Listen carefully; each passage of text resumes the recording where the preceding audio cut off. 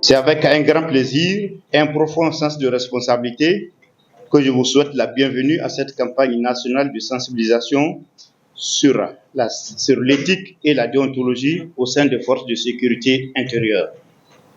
Cette campagne s'inscrit dans le cadre de la mise en œuvre de la stratégie nationale de sécurité de proximité fondée sur ces principes appuyant une vision déclinée dans une stratégie opérationnelle. Celle-ci consiste en la création d'un vrai partenariat avec les autorités locales et les populations pour mieux ancrer les services de sécurité au sein de la communauté pour le renforcement des activités préventives. C'est dans ce sens que nous vous exhortons à intérioriser les règles d'éthique et de déontologie comme un guide permanent.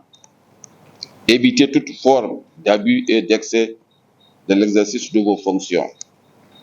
Contribuer activement au renforcement de la confiance entre la population et les forces de sécurité.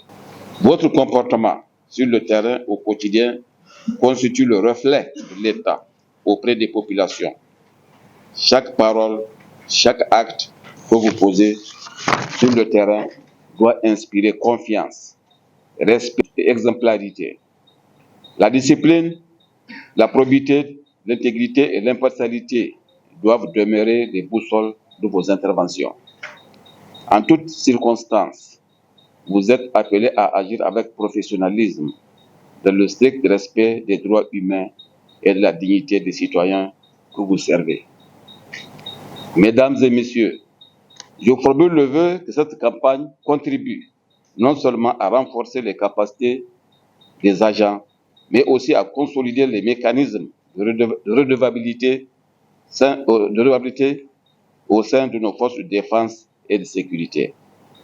Je vous invite à faire de l'éthique et de la déontologie non seulement une obligation professionnelle, mais aussi un engagement personnel et citoyen pour l'honneur et la crédibilité de nos institutions et pour la stabilité de notre cher pays. Je vous remercie de votre aimable attention. C'est vraiment des thématiques qui sont d'actualité, qu'on doit débattre autour de ces questions et qui nous permettent d'échanger autour des griefs, non seulement des FDS, mais aussi des acteurs de la société civile et des représentants des organisations socio-professionnelles des médias. C'est vraiment des thèmes d'importance capitale. Ça en vaut la peine qu'on s'y attarde, qu'on échange autour de ces questions pour trouver des pistes de solutions à des phénomènes ou des problèmes comme la corruption qui gangrènent notre société.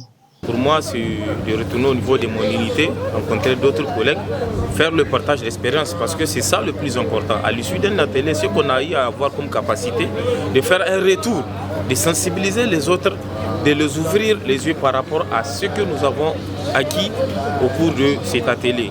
Et au-delà de mes collègues du service, cette sensibilisation aussi va s'étendre à l'endroit de la population civile, parce que je dirais que c'est avec la population, en tout cas avec la bonne collaboration avec la population qu'on arrive en tant qu'FDS à bien mener notre mission. Moi, j'ai vraiment une suggestion à faire à ses partenaires comme Mojedec et DECAF et même la police.